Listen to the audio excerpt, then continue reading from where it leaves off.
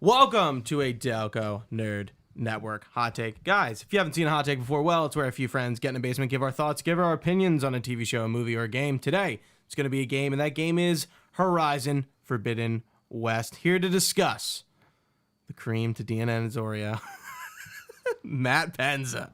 What is up, Gooch? What's up, man? Fresh off the fairway. Fairway, the greens, the course. Yes, sir. The sun. Yeah, I got a little color in my arms today. I got color last week. I was sunburned when I was in Maryland. It was it felt like the sun felt like summer. It was beautiful today. It was like 60, almost 70 all day. It was awesome. You know what is beautiful? The graphics in Horizon Forbidden West. Obviously, yeah, I agree. We're gonna be talking all about it. Honestly, I just want to preface spoilers. I feel like it's gonna be hard to talk about this game without spoiling something, and especially from the first game. And I'll start by saying, if you haven't played for Horizon Zero Dawn, it's required. You need that story to kind of jump into this game, and it really wants you to you need to understand what's come before it, right? Yeah, I agree. I don't think it's impossible to play the game and try to get the gist of what's going on, but it definitely helps understanding just the base story of Zero Dawn, especially because they dived a lot deeper into some of the little stuff that was kind of not background, but some of the stuff with Elizabeth and other stuff and Ted Faro. Yeah, and Ted Faro. All that stuff that's kind of presented in that game. You get a little bit, but now like you're saying, you get the deeper dive. I didn't think necessarily that a lot of the main story would focus around that stuff this time around. I thought maybe kind of going into Forbidden West, I don't know about you. Did you think that there was going to be some that Ted Faro and Elizabeth stuff? I don't know. I don't think I had any expectations for what this game was going to be. I liked Horizon Zero Dawn, really good game. End of for the we're approaching the end of the PS4's life cycle. I think Horizon was awesome. Guerrilla kind of coming from Killzone, Shadowfall, which was their last game, and now they're doing a third-person action game. I think they did a really good job. And the story, I liked for Horizon, but I liked Forbidden West story even better. Yeah, way better. Because they're building upon the stuff that they really needed a game to establish, and now they're kind of getting in the nitty-gritty, and it's really interesting.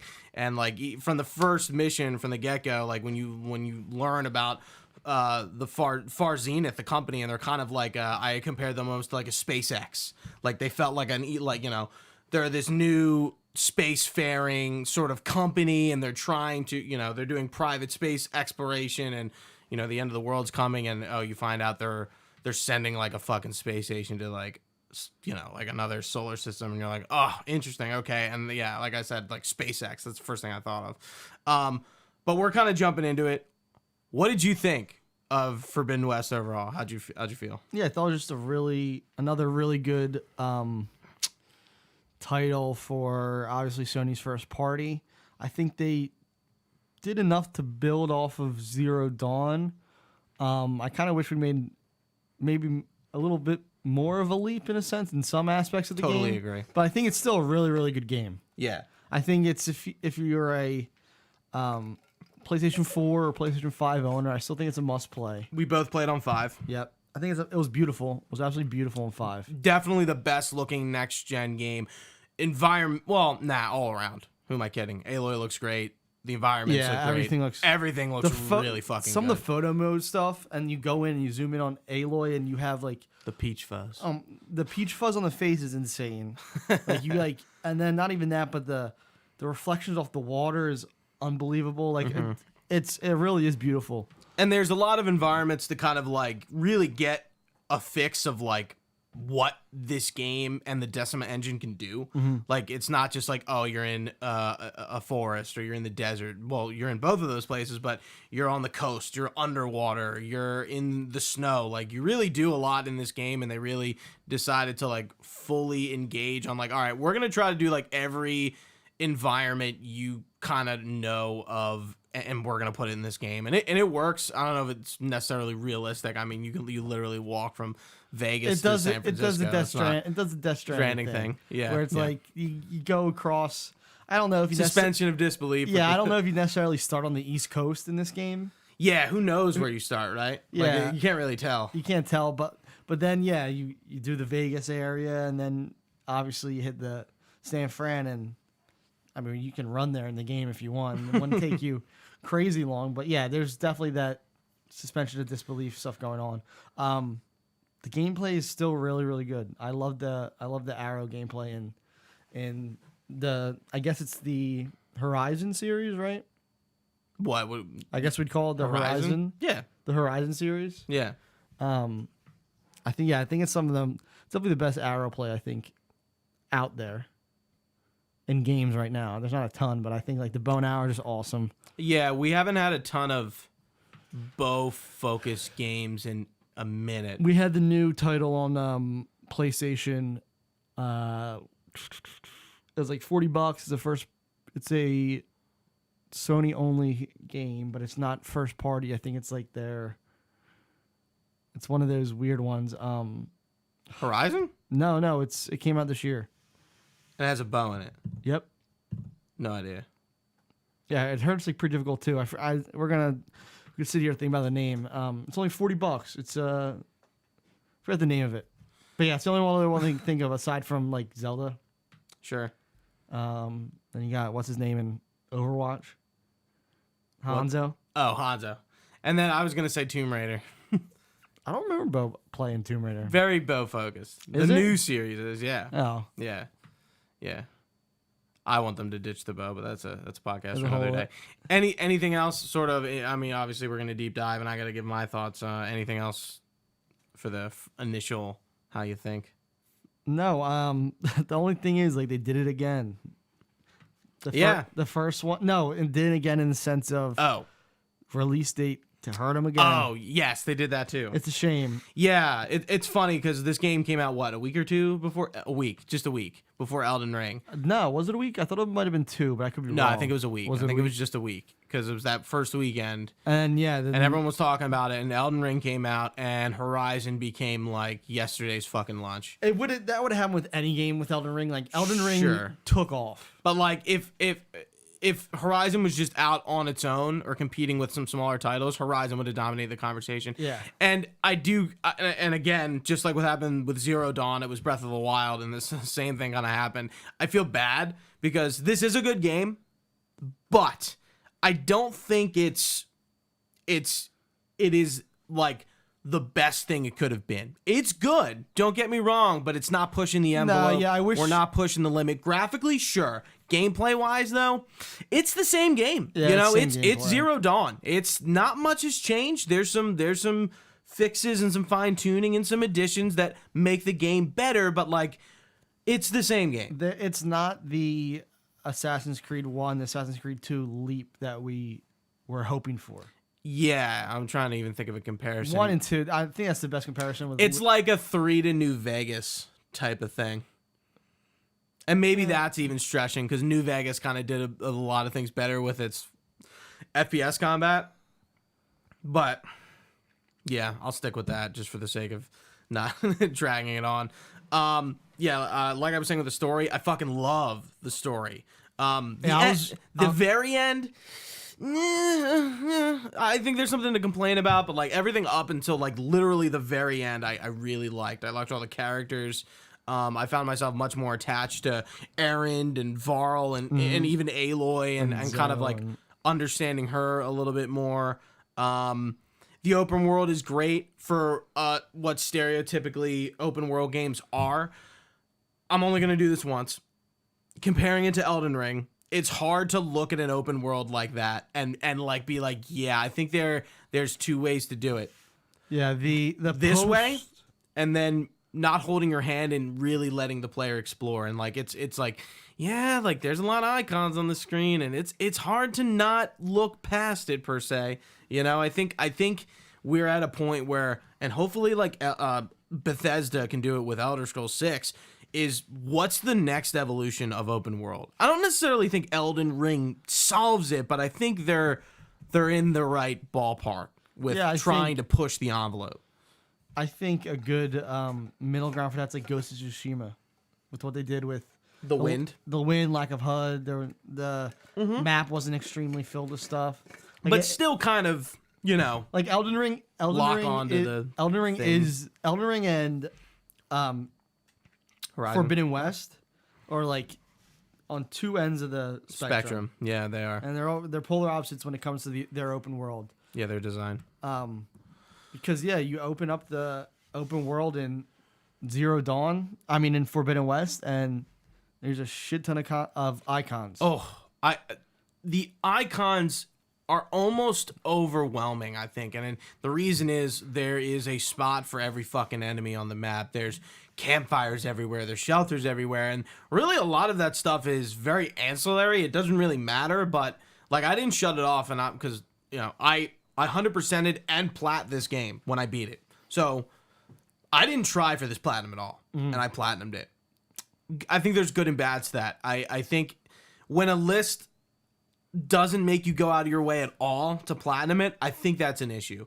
I think like Ratchet, for example, Rift Apart was a better platinum because you had to like go out of your way to do things. Yeah, to collect with some this, of the stuff. I do what I do with most open world games. I take my time and I kind of complete as I go, as I'm doing the story, and literally I got to the end and I platinumed it when I beat it. What about the arena stuff in the platinum? Nope. What about the Not a trophy.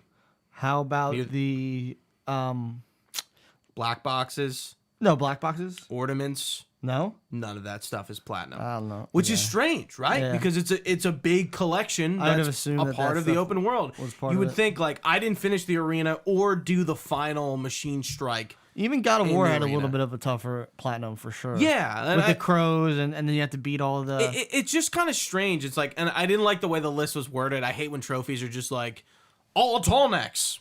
That's boring, Like I was just kind of looking at it. I'm like, I wonder why they decided to go so simple with it. Like it's almost a little too dumb.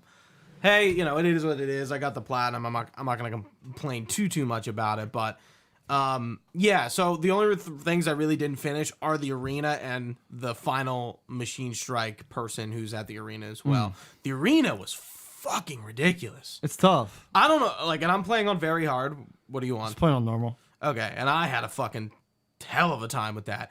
Most of the game was pretty difficult for me. I think I told you very early on, probably maybe before Elden Ring came out, I found I was so ill prepared for engagements at the start. And I think that happened, obviously, you're talking about the bow. You're going to be using the bow. But some of the other weapon types, the Shredder, I found utterly useless. Yeah, I'm like, what's the point of this thing? Yeah, it's all right. I'm like, is my difficulty so hard that this weapon is just bad? I liked pretty much everything else besides the rope caster that shot the canisters. I found that really useless. I like some of the additions like the bolt blaster and some of the additions they made to like the trip caster and stuff like that. I like the weapons, but I was like, all right, I don't know if you can add any more to this formula. Like the bows are still great. Like nobody's going to not use a bow, right? Yeah. Like, yeah. And I think I have the same problem with the armor. I like playing, fashion over function. So like, I want to look cool. I don't really care what my armor is, but like your armors are so like all over the place. It's like, well, like who's honestly going a trap build? Like who's doing that? Yeah. It almost like, why couldn't I just pick the look and then stat the gear like in other games? What are your thoughts on all that? Yeah, I agree. I think like especially with the weapons, I went a decent amount. You go a decent amount in the game, like not really upgrading a ton. Yeah. And here's the thing. You have to buy pretty much every weapon you find. I was like, you get weapons from quests, but like not enough to fill you out. You get shards like it's nothing. Oh, I actually had a shard issue. I was using my shards, I should say. Maybe not having an issue, but I was buying stuff. I found that I was like I was saying. Well, you like to buy all the armors and stuff, right? Right, but yeah, but So I was having a progression issue where I thought I was just like, I'm not like getting new weapons, so I'm just gonna buy some.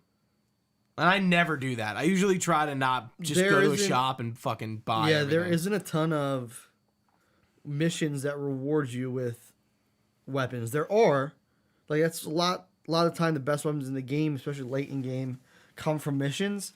But it's a small percentage of the missions of a lot of the side missions and stuff that you play throughout the game that actually rewards you with weapons. So it's you get a lot of legendary stuff at the end, and I was accumulating them. I'm like, oh, these are really good, and I only got one set of legendary armor.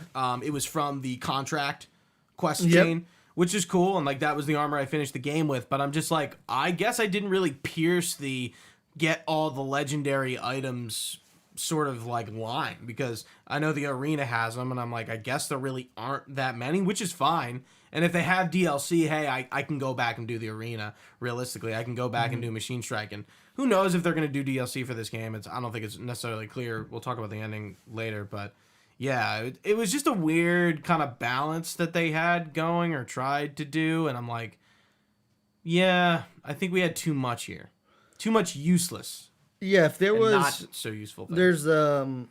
There's a good medium in between getting new weapons left and right, like we see in Borderlands games, and getting weapons not enough, kind of like we have in Horizon. Like if we were getting a new weapon every side mission we did, and whether we liked it or not, you got rid of it or sell it, I think would have been better than how they approached it in this game, where you're not really picking up too many weapons outside of purchasing through the missions that you're doing. Mm-hmm.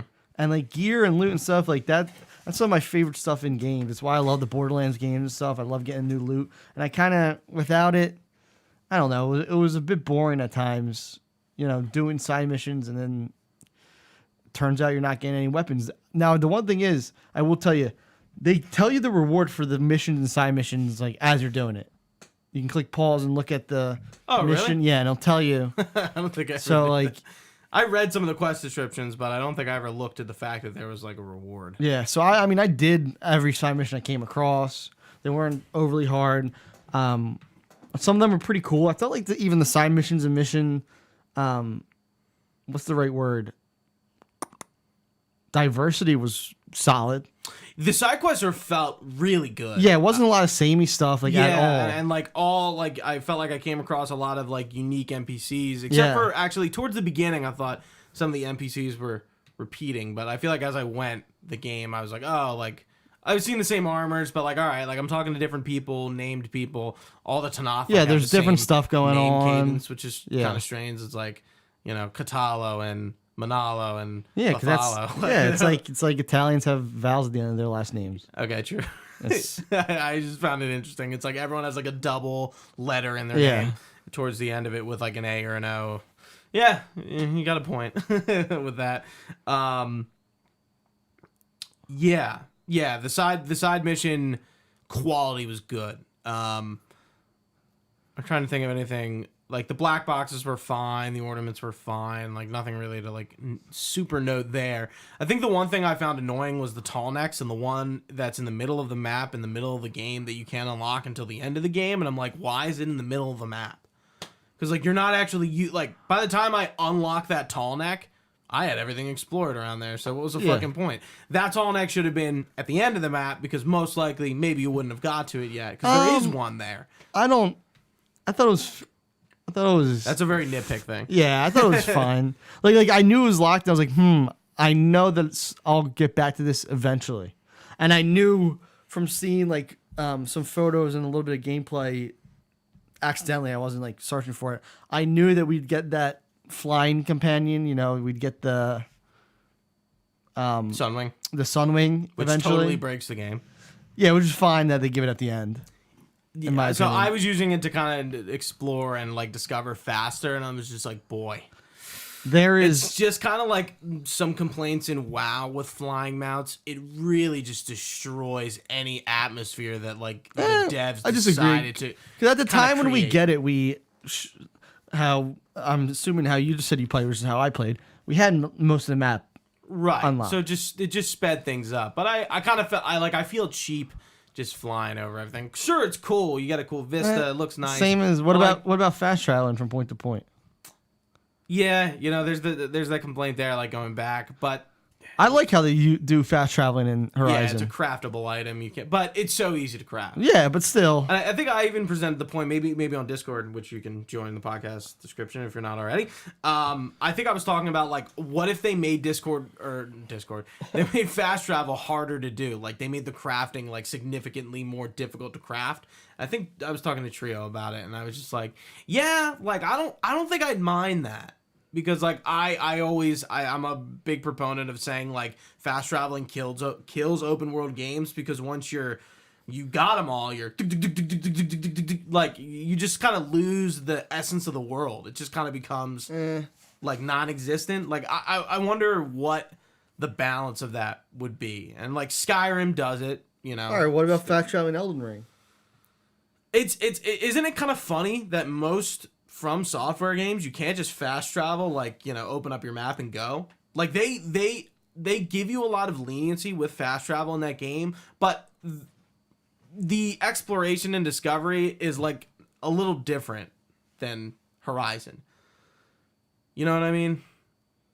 Well, I mean, there's not markers before you get somewhere. That's what I mean. Like, there's not a lot of there's no what's the you still can bounce point to point. What's the word? Telegraphing. There's not a lot of telegraphing of where to go. So in Elden Ring, you're just walking around and finding shit. You don't really know it's there. You're just going to kind of run into it. Whereas Horizon, like, you know, you can see kind of, well, you get a quest marker and it pushes you in that direction. And the more you go, and especially if you get a tall neck, you have all your map markers around you. So you're going to each one and doing it. And that's kind of how I did it. So fast traveling in Elden Ring, given that, I want to say handicap, but that's probably not the right word, that lesser experience for the map makes sense. In Horizon, it's just what open world games have, right? So we're going to put in fast travel. I think there's there's a cool opportunity to make fast travel something you earn rather than a privilege, or maybe not a privilege, but something, not privilege. I don't think that Horizon is the one to just something you always have. I think Horizon does their fast travel well. Yeah, like, it does it differently than most games. Like you're right. Like, it's not like it costs consumables. Just like any other game, you have to go to the fire. This is a campfire in this game. Well, no, you don't have to do it at the campfire. No, but you have to reach the campfire to fast travel there. Oh yeah, well, yeah, like in obviously. any game. I don't know. I think they do it well, fast traveling. Did you say like an end game? No, like in any game. Oh, I was like, what? I thought it was like, did you mean Elden Ring? I think Horizon does their fast travel well. Like, yeah, it's easy to craft them, and you're probably not going to run out of supplies, but it's neat that they. And that's just me kind of being like, immerse me further, you know, like just like how can you make an open world game still maintain its like vastness and its mystery by like capping the player, making the player earn fast travel. I think it's a hard line to cross, because then you piss people off who want to use it. That's why I think Horizon does it as well. Yeah, because you have to craft items to fast travel. Mm-hmm. But I would be looking, like, I'm just interested to see like what it would look like if it was like a more expensive craft, if it would do anything. I don't know. I'd be pissed if I ran out of fast traveling things. Yeah, like imagine like you have to go, like you're in like fucking Chain Scrape for some reason, and then you have to go back to Plainsong, or like further than that. You know, that's a long walk. Or maybe they do it like with Red Dead, where you can fast travel, but you can put it in cinematic mode and it just does it for you. That's also a way that Red Dead does fast travel. I don't like Red Dead's fast travel. Makes it immersive. In the campaign, it was pretty egregious, but I didn't mind it because of what I'm talking about right now, where I was just like, yeah, I kind of like how they're kind of making me like still work for things this far along. They changed that though. They did add fast travel. No, they did in the game. You had to upgrade your camp all the way, and then you could fast travel areas. Yeah, but then you could fast travel from your small camp. They added that. Oh, they did? Yes, the wilderness camp. Yeah. Anyway, we haven't talked about the characters and stuff. We've been talking a lot about the world. So What'd you think of Aloy in this game? I know there's kind of a lot of like I think she's fine. I mean, I a think lot of controversy with her for some reason, which I think is unnecessary. People complain about. I think it's a lot of the characters in the game are really well written. I thought. Yes, I would agree. And people complain about how not cold, but how kind of no, I think cold's the right word for Aloy. Itchy.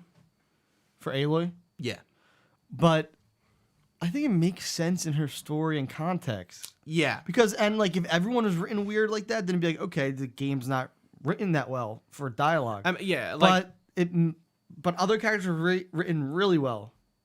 So that's why I think like, hey, like this makes sense for Aloy. She pretty much she only grew up by herself with. She didn't have any friends growing up, you know. Rost. She had Rost, and then kind of like her life got flipped on its head. Like she like recently, you know, as Loki would say, she's burdened with glorious purpose. She is like the chosen one, like literally, in like the most exemplified way possible, and she understands things that only a few other people know in this world.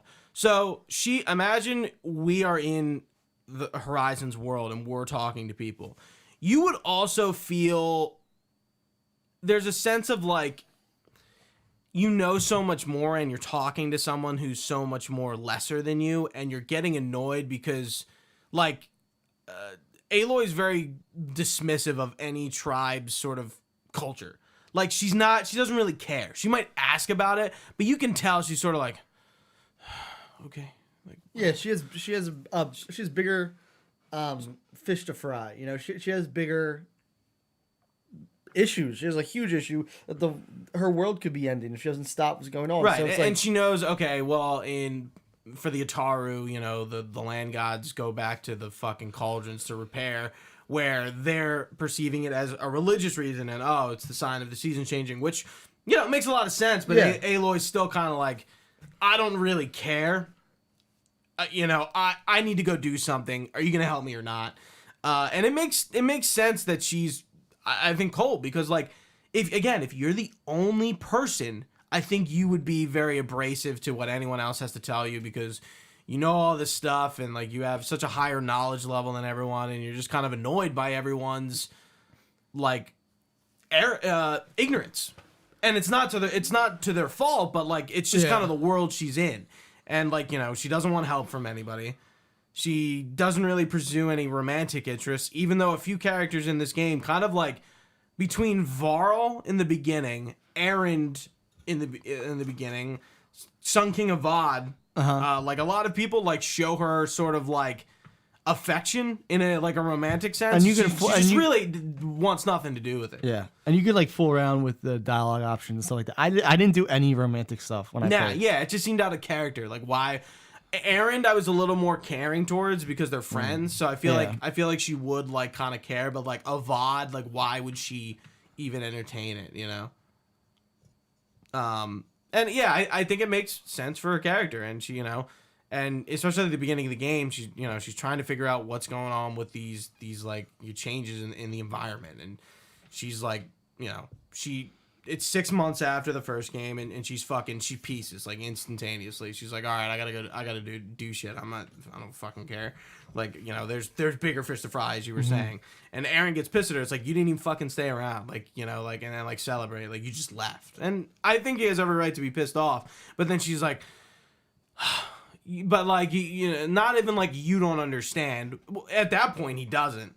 But you know, and then she starts letting people in, and they kind of understand a little bit more. And I thought it was really interesting that one, you establish a base, and two, you kind of have a bunch of companions, but they're not necessarily like, you know, in combat with you. But like, you know, Erend, Varl, Zoe, Kotalo, Ulva, like all these people kind of join your team, so to speak, and they're all now on the same level as you. They're learning. They're using Gaia and the focus to learn about, you know, what's going on. Yeah, what's going on essentially. I think that. And then there's Silence. Yeah, Silence. Yeah, he's a good character. He's a really cool anti-hero rival. Because he's not full bad. He's definitely a little more like, chaotic good than Aloy is, but like I don't, he's not trying to like fuck everyone over, but he's like clearly willing to put up a body count. Yeah, and to get he has his it's pretty much like his goal may be good, but he'll do it by any means possible, essentially. Right, and even if that means killing people and then sort of staggering Aloy's I remember what I was progress. gonna say. No, it's interesting. Yeah, she has this big goal, right? This big mission that she has, and then she gets thrown. She goes to the West, and it's kind of like she gets thrown into the middle of a civil war that she doesn't really give a shit about. Yeah, which is being caused by silence. Yeah, exactly. And then she figures out that all right, like the only way that these folks are gonna help me get to what I need to get to, which is the three what do they call them? Poseidon. Oh, what are their names? Are they seeds? No, they're not Gaia seeds or something. No, what are they? They're pretty much like AI that control different. What's the word? Not kernel. Isn't it seeds? Protocol? No. There's a word. There's a word we're both not. Because you have to like get like the Gaia seed. Right. Yeah, you have to get Gaia, and then you're essentially recreating the Zero Dawn system. Yeah. Minus Apollo, because Apollo, as we know for now, doesn't exist quite yet. So we're getting Aether, Demeter, and Poseidon, which are in the West, in Tanakh territory, and it's kind of interesting hearing about the Tanakh. I was kind of over. I think they build up the Tanakh, and you get to them, and they're like, they're normal. They're just very violent. Yeah. Like I felt like that, like the way they sort of built them up to be, which I guess everyone is stereotyping them because they don't really know them. And then you get to them and they're like, we're tribal, we dress a little differently, but like we're pretty like civilized. And I'm like, oh, okay, interesting. They're not that much different from the Karja, no, and the Nora and the Osram, which was kind of underwhelming. Because I just think no, I think it makes sense, and like you see that through like history and other and in real life where there's this big divide between the two of them. There's between the East and the West, and the East is a little bit more civilized and advanced in a sense with technology and whatnot. Yeah, and the West is still tribal. Right, and like the East kind of views them as way more tribal and than they actually are, and like almost animalistic than they really are. Right. So like that's kind of like the only idea or impression she has going in, and then it turns out, oh no, they're kind of pretty much just like us. They just do stuff a little bit differently. Sure.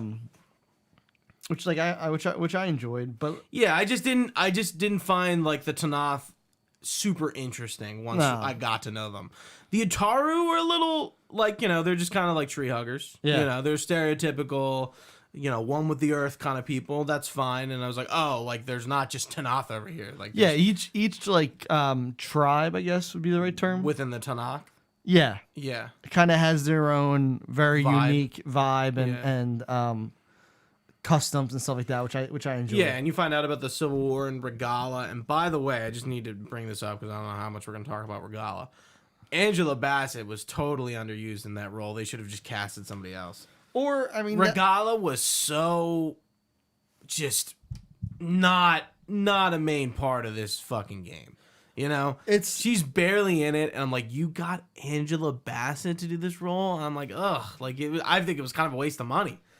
Yeah, it's her whole arc and her story gets told through a lot of like the camps, the rebel camps and stuff like that. Caro kind of tells a lot of it. Yeah, where like you don't really see her or like really what they're doing at the time. Right. Like you go to the rebel camps, Silence, son of Prometheus are giving them the override tech, but like Regala isn't really involved in any of that stuff. Yeah. And you see her come up besides when you first get to the West and they kill that Karja guy they're letting come over, I forget his name. He was the brother of Avad? Yeah. Yeah. And you see her there, that's the first introduction, and then you see her only 2 more times. Yeah. And that's it. I know. I was just like, what was the point of like building her up? Well, actually, they don't really build her up, but like why cast such a huge actor in that role and barely give him any time? Yeah, I know, slight spoiler, if you decide not to kill her, She has a little bit more going on. But it doesn't affect anything. Yeah, she like sacrifices herself, but like But it doesn't change anything. No. Yeah. So it's like empty choice. Like she has like a turn for good, I guess, or on your favor at the end. Right. But it doesn't. Yeah, it does not change anything important. Yeah, and when I got to that point, I'm like, I'm gonna look this up because I don't feel like this is like an actually big decision. And I was right. My decision was like she's kind of just been annoying the whole game. Now that her character's like, why annoying, would I trust you? Yeah, yeah. Not that her character's annoying, but it's like kind of been in the way the whole time. Yeah, So, like I feel like not killing her is almost opposite of what Aloy would Yeah. do. Like I don't think Aloy would let her live either. So that was also a decision I had to make, or we had to make. Kind of backtracking a little bit, I was really interested by the Quen and Alva. I really liked them because I felt they were really different from any other tribe I've gotten. They're kind of, I guess they're from China. They're from across the ocean, which would maybe be Japan. Asia. Asia. Probably Japan would be the closest. That's what I was really looking for, and like they don't tell you. I'm like, where are they from? You know, like there are islands in between us and mainland China and Japan, but I couldn't imagine there'd be like this big of a civilization on one of those islands. And honestly, they're probably fucking underwater. If you know, look at what the rest of the world looks like. San Francisco, you don't even really go to. Yeah, you know, there's really no city left to fucking explore, which is really interesting that they decided to do. By the way, I thought you really were gonna get in San Francisco. I didn't think you'd get. And I was like, oh, I like the approach they took. Yeah, I wasn't expecting to see like skyscrapers. Yeah, I think I was just because it was like kind of like a Last of Us Part 2 right area. with Seattle. Yeah, I didn't. It would have been cool. Maybe not like that, but like I because I'm just like, oh yeah, like the city will still be there. Well, it's been 1,000 fucking years. Yeah. Like it's San Francisco's underwater. Yeah. And like Las Vegas is like the top is fucking pretty much gone, but like it's now underground and all the sand is covered. Yeah. So, and like even Las Vegas, the way they did that was cool too. Yeah, that was awesome. That was like my favorite area, I think, in the game. Yeah. When like the desert area. Yeah, you get done the Vegas segment, you get Poseidon, and you come out and like the power's all on and you see all the neon lights and everything. It was awesome. Yeah. That was definitely I really my liked favorite. the quest with those 3 Osram too. Yeah. That was really cool. Yeah, going back to the Quen, and I was just like, you know, I'm like, oh shit. I'm like, so basically, like their culture is sort of like revolves around the old ones, and the fact that they use older model focuses to like learn information, and like clearly the information is construed, and you know the higher ups don't want them to necessarily see everything, and all of us kind of like curious and like, you know, about everything, but like, you know, she's only told so much and they can't, oh, this is forbidden, we can't know this, and Aloy's like, fuck that shit, you know, like just like here's all the information, right? Like, yeah, screw, like, you know, just how we were talking about earlier when she's kind of just like, fuck you and your ignorance, here's everything you need to know, like here's all this information, like, oh yeah, Ted Farrow, not a good guy. None of these people are a good guy. But I really like the fact that they pick up that she's Elizabeth Sobek. Mm-hmm. And like they do it pretty quickly, and it's like, yeah, they know. Yeah, you look exactly like her, and I'm like, oh wow, like they know that, like that's interesting. Yeah. And then we find out later, which is funny. There's a guy named CEO, which is CEO, which is funny, and he's supposed to be Ted Farrow, and I'm like, this is interesting, and I'm like, clearly I was like, is he? Actually, and it's like, oh no, he's not. And you find Ted Farrow's sort of his like resting place, and like where he like escaped after he wiped Apollo, and he like essentially like what's the term, deifies himself to like the fucking like 6 people there. You know, he's got like big, you know, it's Thebes, right? Thebes is a city in Egypt. And he like creates like all these Egyptian sort of aesthetic with him, and he's all these things, and you know he's trying to keep himself alive. Yeah, he uses like a form of gene therapy to survive, but and he turns into. Have you played BioShock 2? I'm ages like.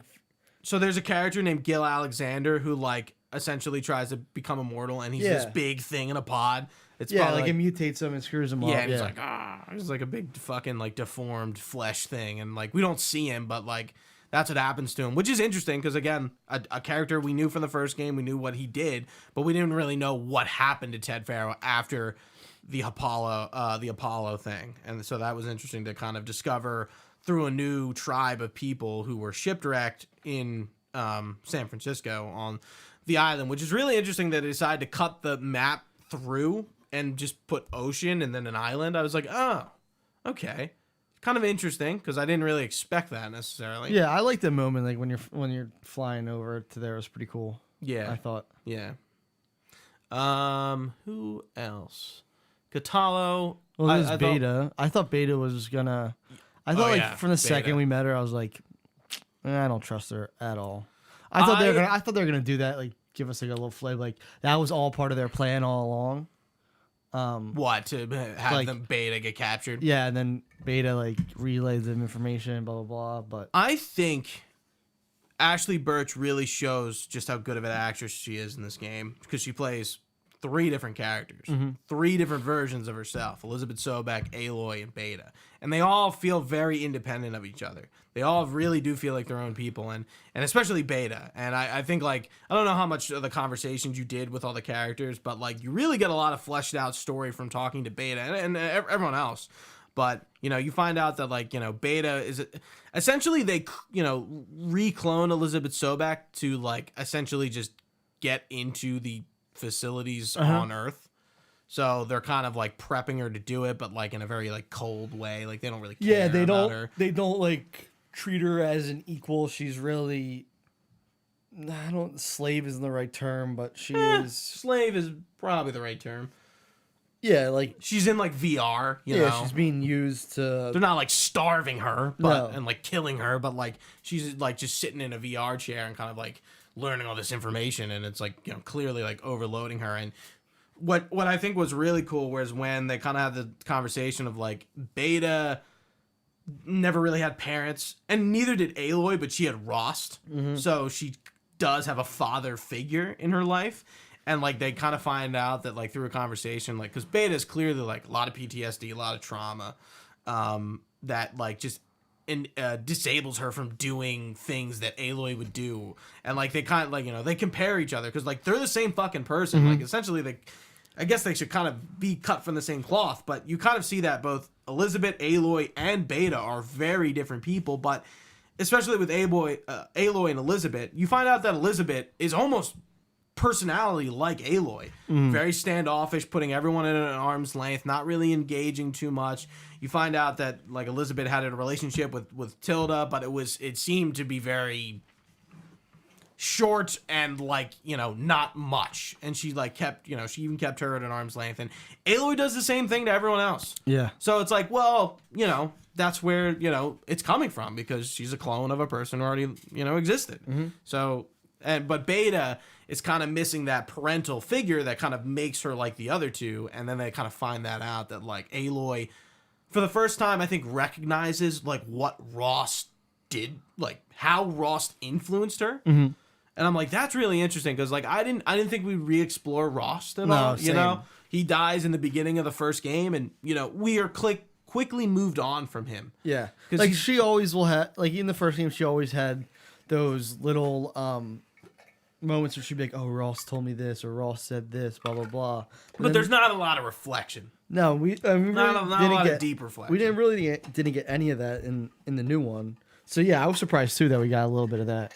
Yeah, and then there's the fucking Zeniths, right? How did you feel when you found out about the Zeniths? I thought it was pretty cool. That fucking blew my mind. I did not see that. Well, once we got presented with Far Zenith, I was like, these people made it. Like as soon as I saw them, like they're covering up, they totally made it, and I was like, fuck yeah, I was right. It was kind of easy to see because they set it up like really clear that like, oh, like they're gone, and oh, it blew up. No. And yeah, and like I was really surprised with that direction that they decided to go, and I'm like, oh, are like their descendants coming back? And I was like, no, it's the old ones. Yeah, like it's the original people who left, and yeah. No, yeah, I thought it was really cool. Sorry. that was not a direction I expected them to go at all. Right. Yeah. It like we went from like sci-fi to like super sci-fi. Yeah.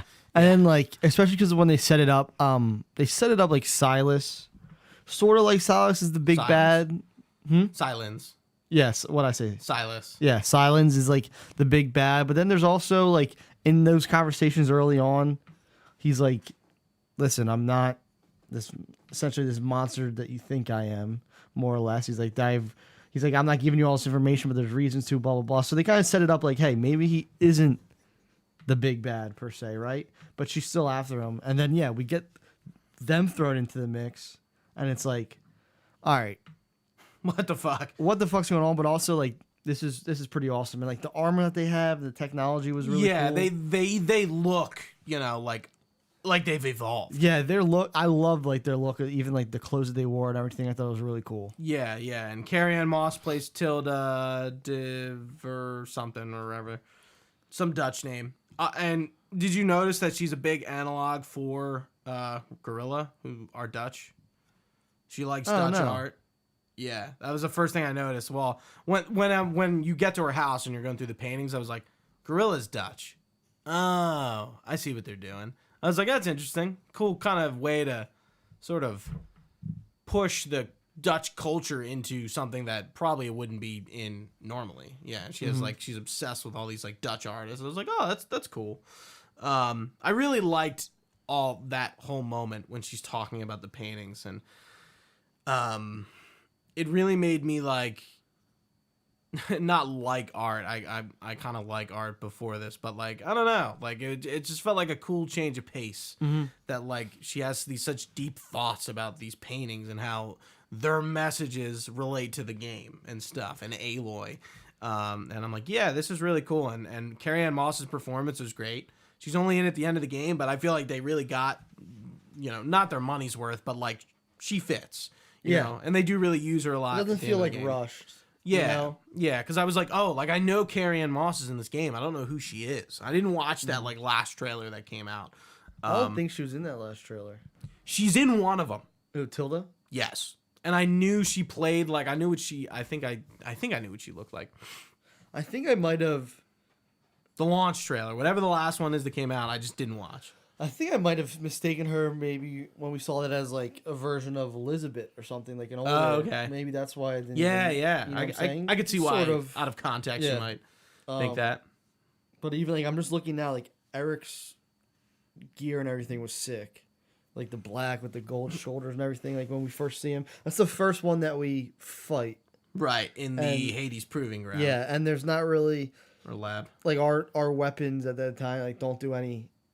Can't injure them or anything. And it's crazy that Silence knows all of this from the start. All the stuff with the Zeniths and what's coming. I think we'll get to that when we get to the end. We find out what's really going on, and why the Zeniths come back to Earth. But yeah, it's fucking. He's a love to hate character. Silence is so good. I think he's a good character, and I like that he's now like by the end of the game he is on our side, and I'm jumping ahead. I'm looking forward to see what they actually do with him now, and like maybe he's gonna be on our side, and it'll be a cool like different dynamic from the first two games, because the first two games he's always just talking to us through the focus, and in the first one Aloy's a little bit more receptive to him, but now that he fucks us over in Meridian, it's like, well, fuck him, and she doesn't like him, but let's see where they take it. Yeah, and then we end up raiding the compound. Tilda kind of explains what's going on, and it's interesting. So there's a hive mind intelligence of all the Zeniths that became sentient and essentially is almost like another Pharaoh bot genocide. Like they become that lethal. And it's not a natural disaster that destroys Sirius, the planet they're on. It's this hive mind collective AI intelligence thing. So they're running from it. And essentially they knew that they would come back to Earth. So they come back to Earth to get Gaia and then leave. And then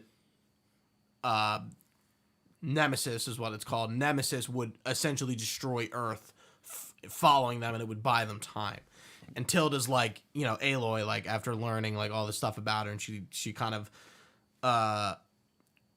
aspires to her a little bit, is inspired by her, and she's like, you should come, and Aloy's like, fuck no, and you fight her, and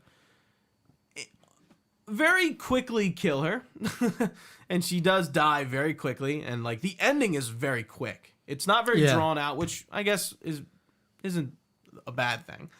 But yeah, and then we're finding all this out. Silence knows all this. All the Zeniths, I guess, are dead. And at the end of the game, we get sequel baited. Mm-hmm. And that's where I was like, ugh.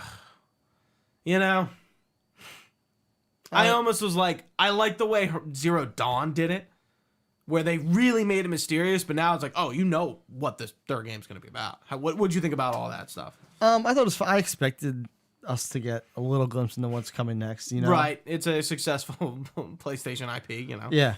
So, like, that didn't really bother me, and I kind of, do you think that maybe we'll lean into a DLC with that? So, and then I did bring that up earlier. I don't know. Because Frozen Wilds was the DLC for the first one. And it's mentioned in this game I forget, very lightly. I forget how the first one ends, if that leads to Frozen Wilds. No, Frozen Wilds is just something that goes on during the main story. Okay. Like, you can play it at the end, but it's not like required. Yeah, I didn't know if it pointed towards that. And, you know, that's like with the Bannock tribe, and then I forget what the fuck are those things called? I gotta Google this. What the ancillary AIs are called. Gaia for Horizon, if you want to talk and buy me some time. Wait, which AI are you talking about? The littler ones. You're talking about the robots? No, the subordinate functions. Oh, that's the term. There's the subordinate function. So you find a subordinate function in Frozen Wilds. I think it's Minerva. I forget.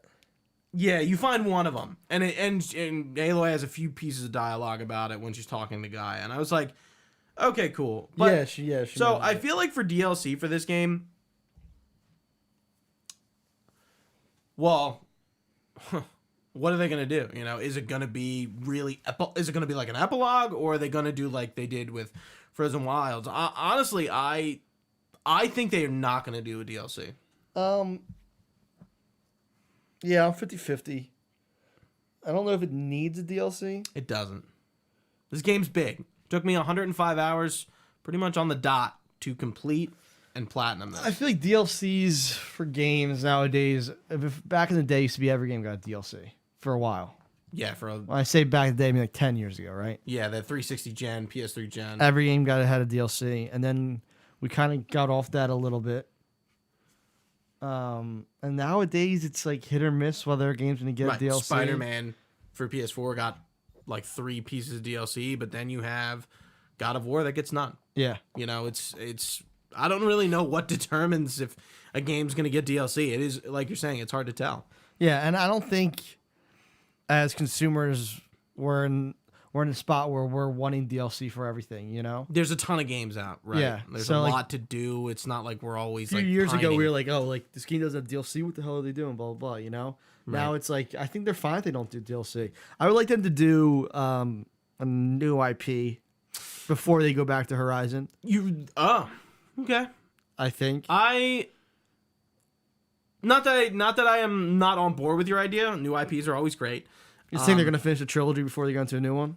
I don't know, but this game's only going to be a trilogy. Oh, yeah. I don't think they're going to go beyond that, and I'm cool with that, you know?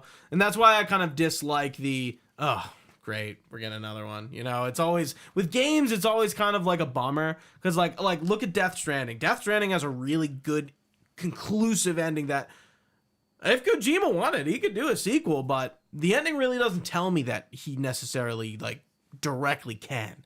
And it leaves a lot up to the imagination to, like, you know, and like Kingdom Hearts is a game that is getting a sequel, Kingdom Hearts 3. It's the same way. It's like, oh, there could totally be a sequel, but like, there's really not enough here for me to really know what the sequel is going to be, where this game is just blatantly, yeah, we're going to go up against Nemesis. So, you know, we got the band back, except for Varl. Varl, you know, passes away or gets killed by Eric, one of the Zeniths, and Yeah, but Silence is on the crew. Like, now we're gonna stop Nemesis. It's like, it's a hard setup. It's That was a hard. I don't know if they're gonna do a new IP. I couldn't see why they would. Well, I mean, what else are they gonna do? Right. That's no. Post the third Horizon, like what else are they gonna do? Of course they're. A new IP. Well, no, I meant sorry. In between this and the third.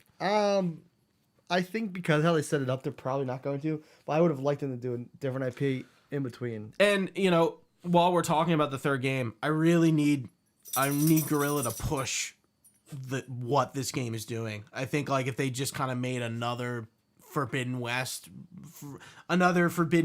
game that's just like not pushing the limits, but making the game better, but not doing enough to be in the end of the game of the year conversation. It's a good game, but it's not gonna win awards.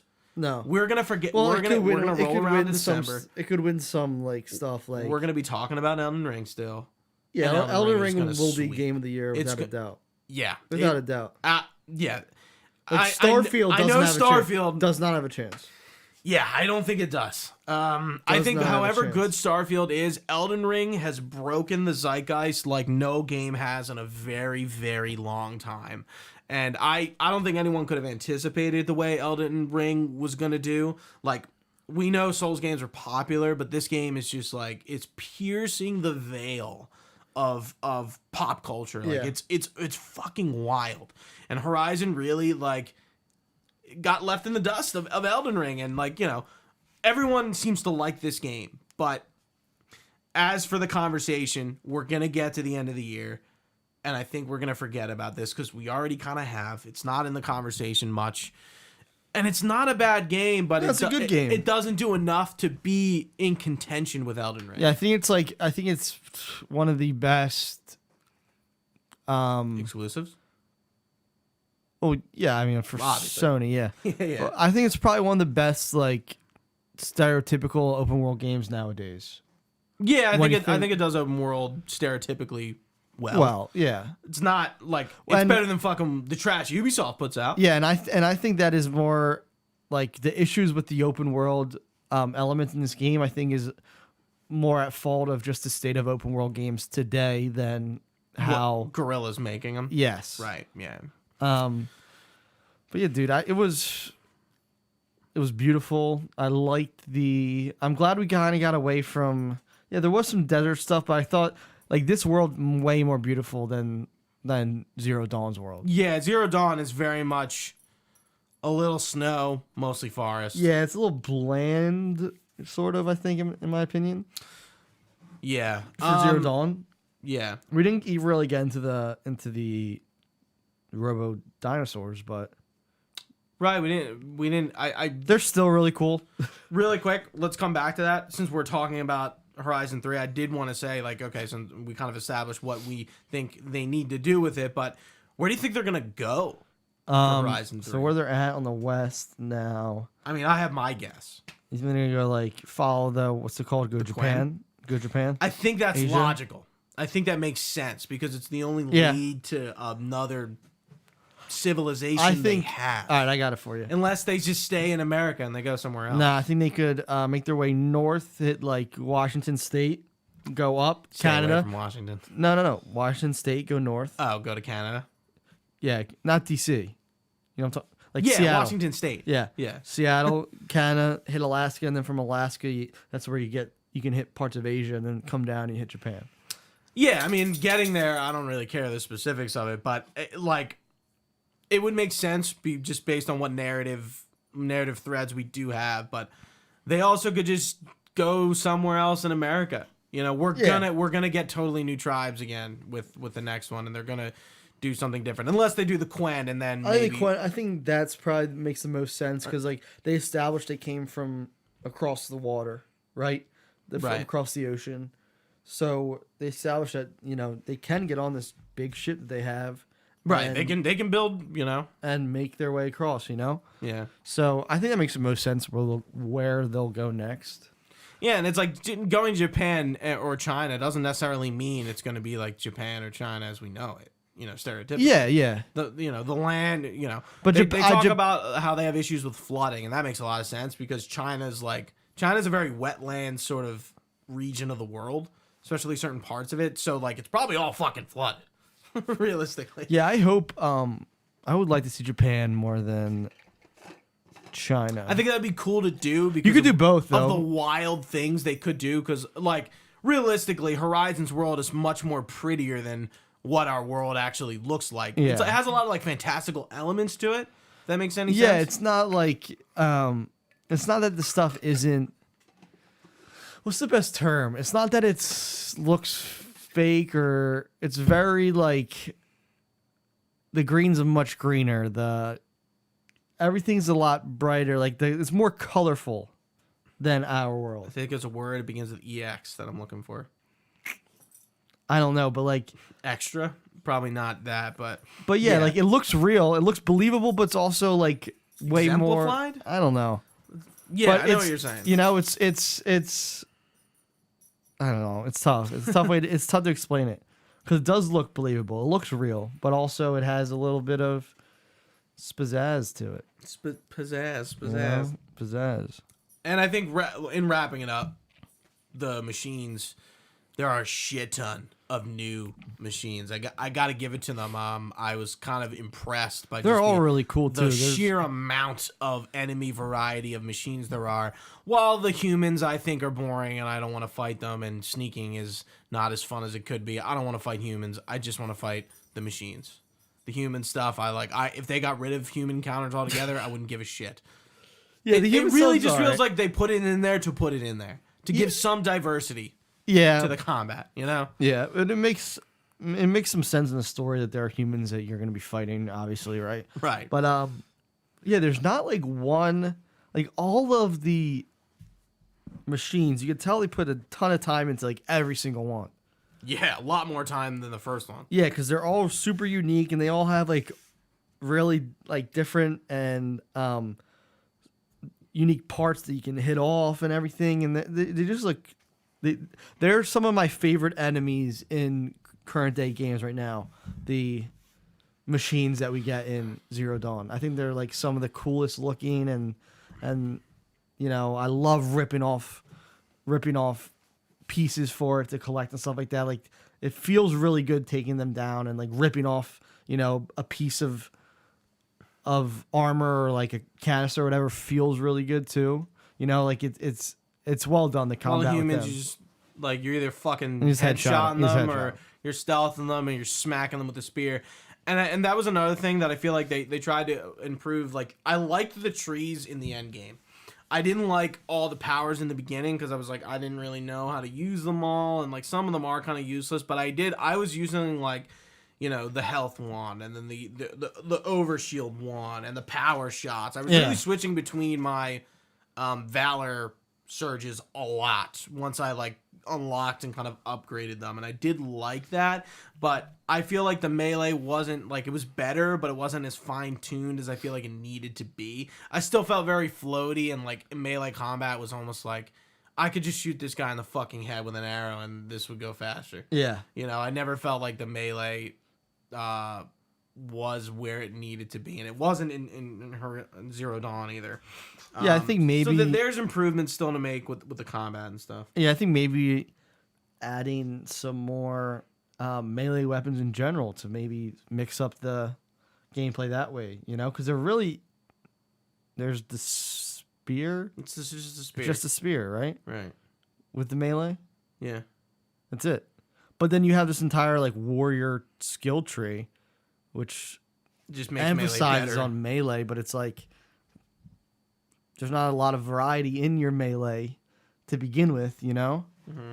I think maybe like what if you could have axes or, you know, you name it. Mm-hmm. Just add some more. I wish there was more weapon. There's a ton of weapon variety, so like I might sound crazy saying it, but I wish there was more exciting weapon variety or more. It comes down to there's not a ton of loot that we got. I think as you progressed, it didn't match your progression. Mm-hmm. One thing about the progression, the level cap was a fucking big mistake. I thought it was fun. You get to 50 and how do you fucking progress besides doing quests? You just feel like combat and killing things besides getting what they drop is like almost worthless. Like, I don't think there should have been a level cap. Or if there was, it should have been like 60 or 65. Because I hit 50 and not pretty early, but like I had still like a decent. I hit 50 when I was on the island. Oh, I hit 50 before that. I hit 50. Oh, really? Yeah. Well, I'm all very hard. I don't know if it changes things, but I hit 50 before you get the Stormhawk. Mm-hmm. Before I hit it pretty early, but I also like knocked out every single little side quest I came across. Mm-hmm. Yeah, same. Like I was, yeah. So it sounds like you played pretty very, very similar, but you're on the lower difficulty, which shouldn't matter all that much. But yeah, trying to think of anything else we didn't hit.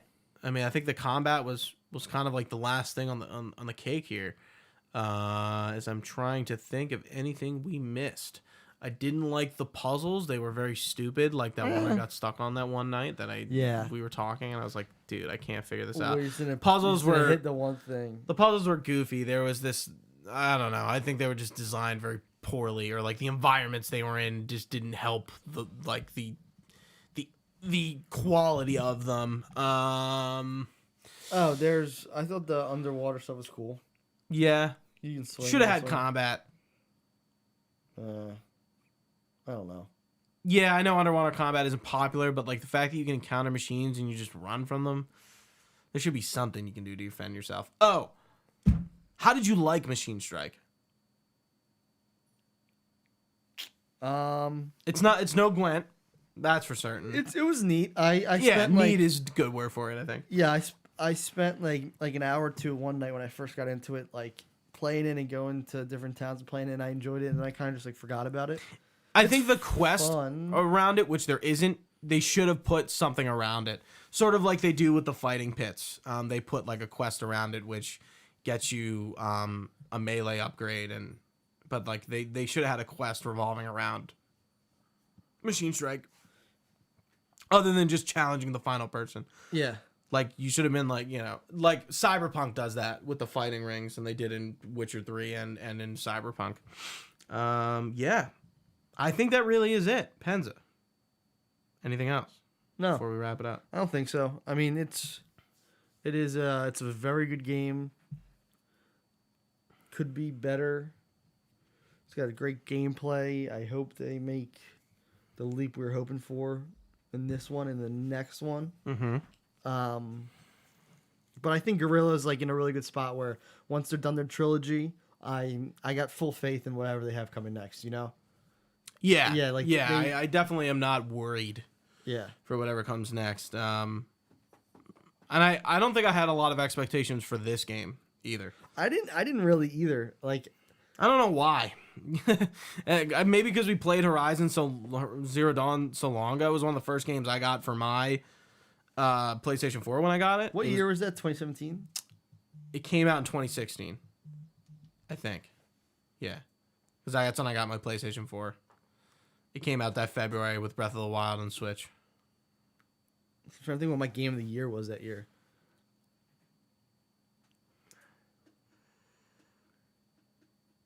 I don't know. Spider-Man? Nah, Spider-Man 2017 or 16? 16, I think. It's probably Spider-Man then. Yeah. But yeah, I don't think it's going to make any noise come awards. Nah. It'll get some recognition. Elden Ring is just gonna sweep the fuck out of everything. Yeah, it'll get some recognition. And we don't even like sure. We don't have. I feel like we don't have a ton of games that came out this year just yet. I mean, a lot did come out, but like, Sifu and like Elden Ring just is trouncing. Is gonna trounce everything. Yeah, it's like there's really not a shot. Like I think Strangers in Paradise is funny. Was like in the conversation. More people. For what? Conversation for what? People were just talking about Strangers in Paradise more than Horizon. Because I think of just how memey and goofy that game is. People were still talking about it. But Strangers in Paradise came out like a month and a half plus after Horizon. Yeah, right. And that was like 3 weeks ago. But that game is like not nearly the quality of these two games. No. But it's still funny that people were talking about it, and you can watch our review now on it. I think people were talking about it around its release cycle. People got something out of that game, which I found not surprising, but I found interesting. That I did, but a majority of people got something out of it, which is cool, I guess. Yeah, but it's going to be interesting to see where Horizon stacks up against whatever else comes out this year. Like, again, we have Starfield, but we don't have that too many games coming out in the summer that we know of. We'll probably, I mean, it's probably, set in stone that we're not going to get, like, any August drops at this point. Like, I don't know where, like, no. And did they say anything about, we're thinking God of War earliest, maybe? I think it's 2023. There's no way. They showed us a decent amount in the little preview trailer we got, way more than I would have thought. 2023. I think Holiday could sneak in. I think Holiday could sneak in. It would be interesting to see Starfield go up against it. I don't need the two open. Well, God of War won't be open world. Hopefully, it's like semi-open world, linear open world. I just I'm this review would have been happened like weeks ago. Fucking Elden Ring didn't come out. I don't know when the fuck we're gonna review Elden Ring. I'm nowhere near close to finishing that game, and I'm like 100+ hours. It's wild. But yeah, gotta get done. I got the Elden Ring plat, boy. Gotta get it done, Gino. You're gonna 100% it too, right? That's a question I've been asking myself. I don't know what I'm gonna do once I don't know if I don't think I'm gonna plat it before I beat it. Wait, what?